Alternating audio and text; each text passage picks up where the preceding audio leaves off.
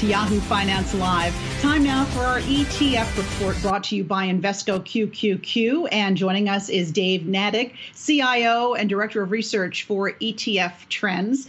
Dave, always good to see you. I want to start with a hot topic this week, and that is IPOs, because this week alone, we had 18 new companies make their Wall Street debuts, including that Chinese ride-hailing company Didi and also Krispy Kreme, among others. I'm curious what the demand for IPO-related ETFs has been like. Well, the demand hasn't quite been what you might expect if you read the headlines about what you're right is a very hot IPO market. Last time I checked, we were at over 200 IPOs this year. That's really in the kind of pace we've only seen, say, in 97, 98, 99. So we are at this historic level of IPOs coming to market. But I think it's important to recognize these IPOs are all over the map. 18 of those IPOs are billion-dollar companies, hardly the scrappy upstart growth companies I think a lot of people associate with that. So we do have, 3 IPO ETFs. We have 5 SPAC ETFs. None of them have pulled in huge assets so far this year. They were doing better, frankly, towards the end of last year when we started to see some of that SPAC fever really take hold.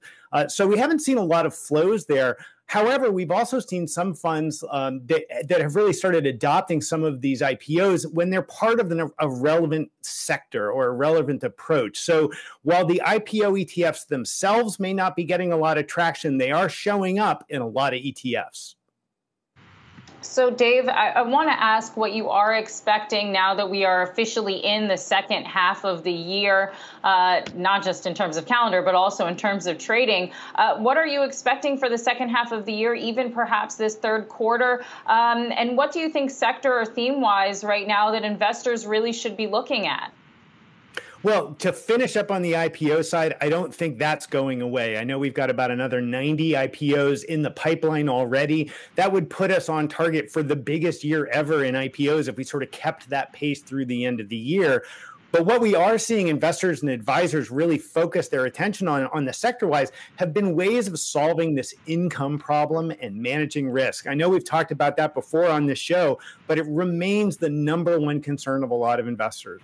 And so what you see at the sector level has been some interest in financials. Recently, a big uptick in interest in real estate. I think that's a big part of the reopening trade. People are hearing those headlines about real estate all over the country really being on fire. Hence, we've got $4 or $5 billion that flowed up just in the last 4 weeks into real estate-centric ETFs. So definitely folks chasing that dream of catching that asset that may be counter-correlated to the market while still looking for those opportunities to generate income.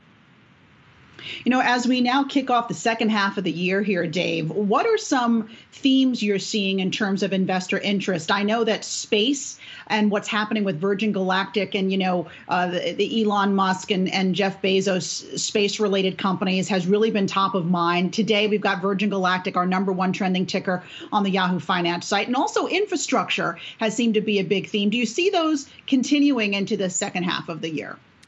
Yeah, I think the infrastructure play may actually be a little over already, if you can believe that. We started tracking sort of upticks in the infrastructure funds towards the fall last year. We're coming out of the election. I think people really expected that to be a big win. If you actually look in the infrastructure bill, it's hard to really pick winners and losers, which companies are going to do particularly well there. So I wouldn't expect a huge push into the infrastructure side of things. However, with the kind of economic data we saw today, the kind of consumer sentiment that we've been seeing for the last month or two, it's hard to really bet against this economy and this stock market. So things like the space ETFs, which have been out there, or just raw innovation, ARKK, I'm sure you guys have talked about plenty. That's been catching a lot of attention again lately after a pretty rough sort of March, April, May period. So a lot of those innovation, next-gen stocks really are booming. And a lot of interest in picking up where the pandemic left off. So things like biotech and work-from-home stocks, while they may have based a little bit, they really are starting to generate a lot of attention. I'd expect a lot more interest for the rest of the year. Dave, we've talked about cryptocurrency ETFs, and of course we don't have those as yet, although there is a lot of interest.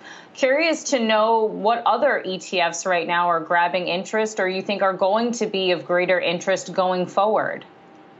Well, whether we get an actual Bitcoin ETF this year, I think is a bit of a crapshoot. We have seen some interest, however, in the funds that are tracking that space, the so-called DeFi space, the decentralized finance space.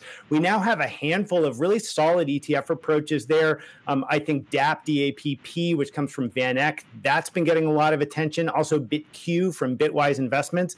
Those are tracking companies that are in that crypto space that'll be beneficiaries almost regardless of how that ecosystem evolves.